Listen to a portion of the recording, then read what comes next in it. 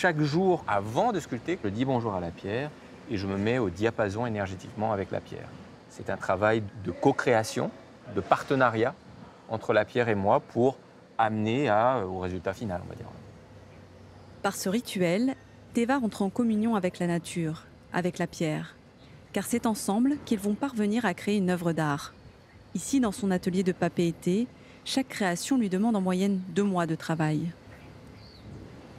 Alors cette œuvre-ci, c'est une œuvre qui représente le hippo. Le hippo, c'est le nom qui représente l'utérus, qui représente la fécondité, la création du monde. Cette pierre volcanique, difficile à travailler, Teva la met en valeur en la ponçant pour la rendre par endroits lisse et brillante.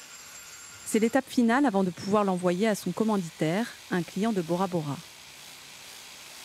Pour moi, sculpter, c'est plus au sens large appartenir à la nature, au monde.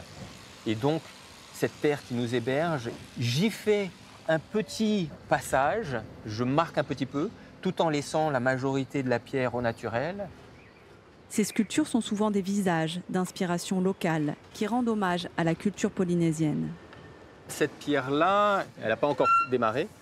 Et j'ai l'intention de faire un visage qui va regarder vers ici. Je ne vais travailler que sur la partie devant, avec voilà, le nez, la bouche, probablement, et puis travailler dans cette profondeur-là. Les sculptures ancestrales font partie de la culture et du paysage océanien. Sur ce site archéologique, situé sur la côte ouest de Tahiti, chacun peut admirer des ti'i, ces statues typiques de Polynésie. Un lieu d'inspiration unique où Teva a donné rendez-vous à Véronique Larcade, professeure d'histoire à l'université de Papeete. J'ai décidé qu'on puisse venir ici parce que c'est un lieu qui est chargé de culture, qui est chargé d'histoire bien sûr, et où il y a ces reproductions de ti'i d'époque, des Australes. Et justement, j'aurais voulu que tu nous en dises un petit peu plus sur l'origine des tikis et des ti'i ici en Polynésie. Tiki en marquisien ou un ti'i en tahitien symboliserait peut-être un ancêtre, une divinité. Le ti'i, je pense qu'on peut le définir comme ça. Quelque chose qui a une forme qui rappelle le vivant, humain ou animal. Peut être que sensible au fait que les formes, elles sont imprécises. En fait, c'est qu'on souhaite garder une espèce de virtualité dans la forme. Donc on comprend bien le côté épuré des sculptures de l'époque.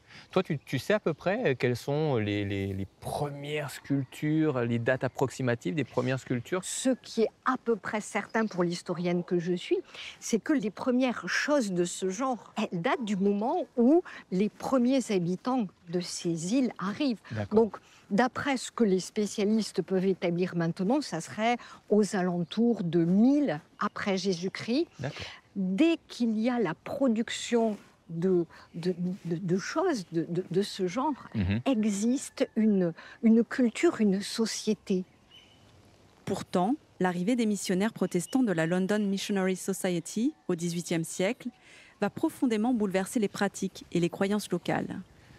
On sait qu'à l'arrivée des missionnaires à cette époque-là, toutes ces représentations et ces objets ont été détruits. Si c'était en bois, ils étaient brûlés. Si c'était en pierre, ils étaient cassés. Justement parce qu'ils ressentaient qu'il y avait une imprégnation énergétique forte de ces objets-là ou c'est... En fait, un objet, c'est un réceptacle pour ce qui est un monde d'au-delà de l'humain. Et donc forcément, une statue comme ça, c'est pas un objet. Il est habité. C'est un outil.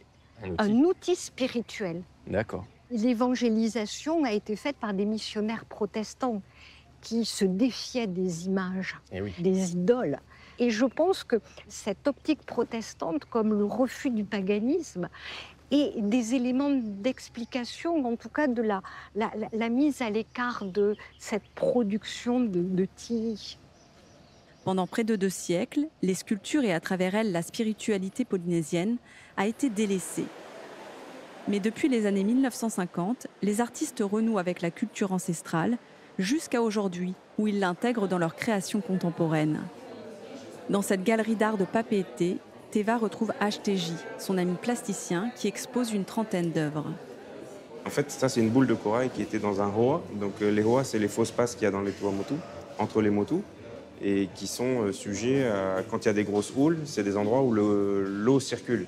Ouais. Et en fait, cette pièce de corail, clairement, a été trouvée au milieu d'un roi. Et en fait, elle a dû faire des allers-retours pendant des décennies pour être comme un galet.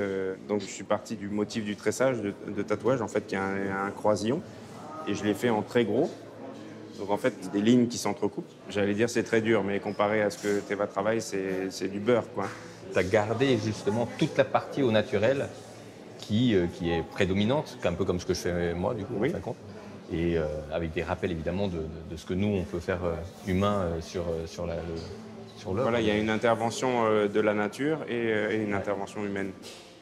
Promouvoir la culture traditionnelle sur une scène contemporaine, c'est la raison pour laquelle Vaiana Drolet, la galeriste, travaille avec des artistes comme HTJ.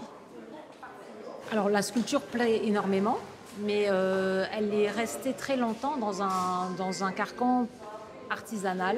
L'artiste polynésien d'aujourd'hui a besoin de s'approprier les codes traditionnels du patrimoine polynésien avant de pouvoir s'exprimer de manière plus libre. Mais je suis très fière aujourd'hui de voir qu'ils sont capables de s'en libérer quelque part et de déconstruire en fait le motif pour en faire autre chose. C'est ça qui est important. En pierre ou en bois, ancestrale ou contemporaine, la sculpture polynésienne interpelle chacun dans son rapport au monde.